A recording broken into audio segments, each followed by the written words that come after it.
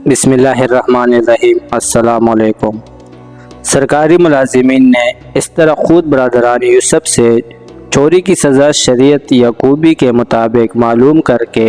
ان کو اس کا پابند کر دیا کہ بنیامین کے سامان میں مال مسروقہ برآمد ہو تو وہ اپنے ہی فیصلے کے مطابق بنیامین کو یوسف علیہ السلام کے سپرد کرنے پر مجبور ہو جائے۔ سرکاری تفتیش کرنے والوں نے اصل سازش پر پردہ ڈالنے کے لیے پہلے سب بھائیوں کے سامان کی تلاشی لی۔ پہلے ہی بنیامین کا سامان نہیں کھولا تاکہ ان کو شبہ نہ ہو جائے۔ آخر میں بنیامین کا سامان کھولا گیا تو اس میں سے سوال ملک کو برآمد کر لیا۔ اس وقت تو سب بھائیوں کی گردنیں شرم سے جھک گئی اور بنیامین کو سخت کہنے لگے کہ تو نے ہمارا منہ کالا کر دیا۔ اسی طرح ہم نے تدبیر کی یوسف علیہ السلام کے لیے وہ اپنے بھائی کو شاہ مصر کے قانون کے ماتحت گرفتار نہیں کر سکتے، کیونکہ مصر کا قانون چوری کے متعلق یہ تھا کہ چور کو مار پیٹ کی سزا دی جائے اور مال مسروقہ سے 2 گئی قیمت وصول کر کے چھوڑ دیا جائے، مگر انہوں نے یہی برادران یوسف ہی سے چوری کا حکم شریعت یعقوبی کے مطابق دریافت کر لیا تھا۔ اس کی روح سے بنیامین کو اپنے پاس روک لینا صحیح ہو گیا۔ اسی طرح اللہ کی حکمت و مشیت سے یوسف علیہ السلام کی یہ مراد بھی پوری ہو گئی۔ کہنے لگے کہ صاحب اگر اس نے چوری کی تو تعجب نہیں، کیونکہ اس کا ایک بھائی تھا، وہ بھی اسی طرح اس کے پہلے چوری کر چکا ہے، جس کا قصہ در منصور میں اس طرح لکھا ہے کہ یوسف علیہ السلام کی ان کی پھوپھی پرورش کرتی تھی۔ جب ہوشیار ہوئے تو یعقوب علیہ السلام نے لینا چاہا، وہ ان کو چاہتی بہت تھی، انہوں نے ان کو روکنا چاہا، اسی لیے انہوں نے ان کی کمر میں ایک پٹکا کپڑوں کے اندر باندھ کر مشہور کر دیا کہ پٹکا گم ہو گیا، اور سب کی تلاشی لی تو ان کی کم عمر نکلا اور اس شریعت کے قانون کے موافق ان کو پھوپھی کے قبضے میں رہنا پڑا، یہاں تک کہ ان کی پھوپھی نے وفات پائی۔ پھر یعقوب علیہ السلام کے پاس آ گئے، اور ممکن ہے یہ صورت اس طرح پاک کی بھی یوسف علیہ السلام کی رضامندی سے ہوئی ہو، اسی لیے یہاں بھی آزاد کا غلام بنانا لازم نہیں آیا، اور ہر چند قرائن اور اخلاق یوسفیہ میں ذرا تعمیل کرنے سے آپ کی براعت اس پہل سے یقین معلوم ہوتی ہے۔ مگر بنیامین پر جو بھائیوں کا غصہ تھا اس میں یہ بات بھی کہہ دی، بس یوسف علیہ السلام نے اس بات کو جو آگے آتی ہے اپنے دل میں پوشیدہ رکھا اور اس کو ان کے سامنے زبان سے ظاہر نہیں کیا، یعنی دل میں یوں کہا کہ اس چوری کے درجے میں تم تو اور بھی زیادہ برے ہو، یعنی ہم دونوں بھائیوں سے تو حقیقت سر کا صادر نہیں، اور تم نے تو اتنا بڑا کام کیا کہ کوئی مال غائب کرتا ہے تو تم نے آدمی غائب کر دیا کہ مجھ کو باپ سے بچھڑ دیا، اور ظاہر ہے کہ آدمی کی چوری مال کی چوری سے زیادہ سخت جرم ہے، اور جو کچھ تم ہم دونوں بھائیوں کے متعلق بیان کر رہے ہو کہ ہم چور ہیں، اس کی حقیقت کا اللہ ہی کو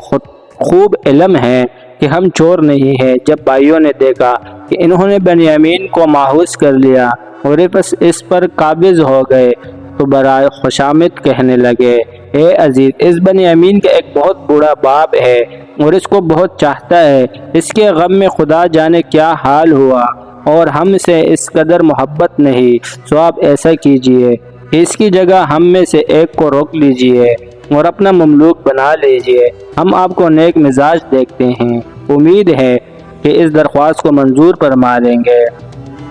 یوسف علیہ السلام نے کہا، ایسی بے انصافی کی بات سے خدا بچائے کہ جس کے پاس ہم نے اپنی چیز پائی ہے اس کے سوا دوسرے شخص کو پکڑ کر رکھ لے، اگر ہم ایسا کریں تو اس حالت میں تو ہم بڑے بے انصاف سمجھے جائیں گے۔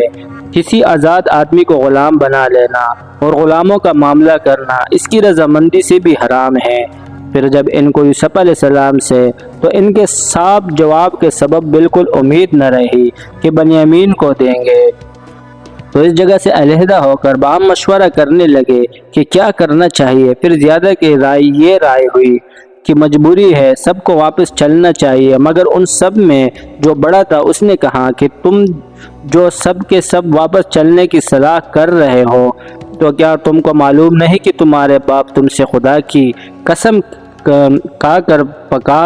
کال لے چکے ہیں کہ تم اس کو اپنے ہمراہ لانا، لیکن اگر گھر جاؤ تو مجبوری ہے، سو ہم سب کے سب تو گھر نہیں کہ تدبیر کی گنجائش نہ رہتی، اس لیے خطہ الامکان کچھ تدبیر کرنا چاہیے۔ اور اس سے پہلے یوسف کے بارے میں کس قدر کوتاہی کر چکے ہو کہ ان کے ساتھ جو کچھ برتاؤ ہو اس سے باپ کے حقوق بالکل ضائع ہوئے، سو وہ پرانی ہی شرمندگی کیا کم ہے جو ایک نئی شرمندگی لے کر جائے۔ سو میں تو اس زمین سے ٹلتا نہیں توقع کہ میرے باپ مجھ کو حاضری کی اجازت نہ دے۔ یا اللہ اس مشکل کو سلجھا دے، اور وہی خود سلجھانے والا ہے، یعنی کسی تدبیر سے بنیامین چھوٹ جائے اور میں یا اس کو لے کر جاؤں گا یا بلایا ہوا جاؤں گا، سو مجھ کو تو یہاں چھوڑو اور تم واپس اپنے باپ کے پاس جاؤ اور جا کر ان سے کہو کہ اے ابا، آپ کے صاحبزادے بنیامین نے چوری کی اس لیے گرفتار ہوئے، اور ہم تو وہی بیان کرتے ہیں جو ہم کو مشاہدہ سے معلوم ہوا ہے، اور ہم قول و قرار دینے کے وقت غیب کی باتوں کو تو حافظ تھے ہی نہیں کہ یہ چوری کرے گا، ورنہ ہم کبھی قول نہ دیتے، اور اگر ہمارے کہنے کا یقین نہ ہو تو اسی بستی یعنی مصر والوں سے کسی اپنے متعدد کی مراقبت پوچھ لیجئے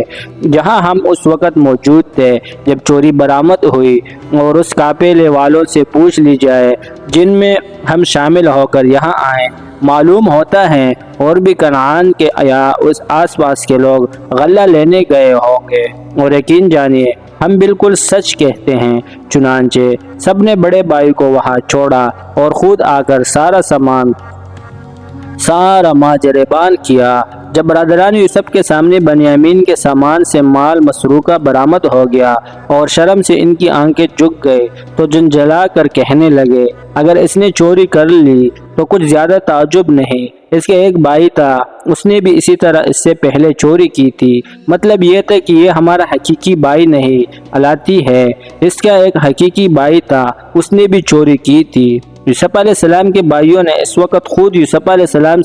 پر بھی چوری کا الزام لگا دیا تھا، جس میں ایک واقعے کی طرف اشارہ ہے جو حضرت یوسف علیہ السلام کے بچپن میں پیش آیا تھا، جس میں ٹھیک اسی طرح جیسے یہاں بنیامین پر چوری کا الزام لگانے کی سازش کی گئی ہے، اس وقت یوسف علیہ السلام پر ان کی بے خبری میں ایسی ہی سازش کی گئی تھی، اور یہ سب بھائیوں کو پوری طرح معلوم تھا کہ یوسف علیہ السلام اس الزام سے بالکل بری ہیں، مگر اس وقت بنیامین پر غصے کی وجہ سے اس واقعے کو بھی چوری کا قرار دے کر اس کا الزام ان کے بھائیوں یوسف علیہ السلام پر لگا دیا ہے۔ وہ واقعہ کیا تھا؟ اس میں روایت مختلف ہے۔ ابن کثیر رحمۃ اللہ علیہ نے بحوالہ محمد بن اسحاق مجاہد رحمۃ اللہ علیہ امام تفسیر سے نقل کیا ہے کہ یوسف علیہ السلام کی ولادت کے تھوڑے ہی عرصے بعد بنیامین پیدا ہوئے تو یہ ولادت ہی والدہ کی موت کا سبب بن گئی۔ یوسف علیہ السلام اور بنیامین دونوں بھائی بغیر ماں کے رہ گئے تو ان کی تربیت و حضانت ان کی پھوپھی کی گود میں ہوئی۔ اللہ تعالیٰ نے یوسف علیہ السلام کو بچپن سے ہی کچھ ایسی شان عطا فرمائی تھی کہ جو دیکھتا ان سے بے حد محبت کرنے لگتا تھا۔ پھوپھی کا بھی یہی حال تھا کہ کسی وقت ان کی نظروں سے غائب کرنے پر قادر نہ تھی۔ دوسری طرف والد بزرگوار حضرت یعقوب علیہ السلام کا بھی کچھ ایسا ہی حال تھا، مگر بہت چھوٹا ہونے کی بنا پر ضرورت اس کی تھی کہ کسی عورت کی نگرانی میں رکھا جائے، اس لیے پھوپھی کے حوالے کر دیا تھا۔ اب جب کہ وہ چلنے پھرنے کے قابل ہو گئے تو یعقوب علیہ السلام کا ارادہ ہوا کہ یوسف علیہ السلام کو اپنے ساتھ رکھیں۔ پھوپھی سے کہا تو انہوں نے عذر کیا، پھر زیادہ اصرار پر مجبور ہو کر یوسف علیہ السلام کو ان کے والد کے حوالے تو کر دیا، مگر ان کی تدبیران کو واپس لینے کی یہ کر دی کہ پھوپھی کے پاس ایک پٹکا تھا جو حضرت اسحاق علیہ السلام کی طرف سے ان کو پہنچا تھا اور اس کی بڑی قدر اور قیمت سمجھی جاتی تھی۔ یہ پٹکا پھوپھی نے یوسف علیہ السلام کے کپڑوں کے نیچے کمر پر باندھ دیا۔ یوسف علیہ السلام کے جانے کے بعد یہ شہرت دی کہ میرا پٹکا چوری ہو گیا۔ پھر تلاشی لی گئی تو یوسف علیہ السلام کے پاس نکلا۔ شریعت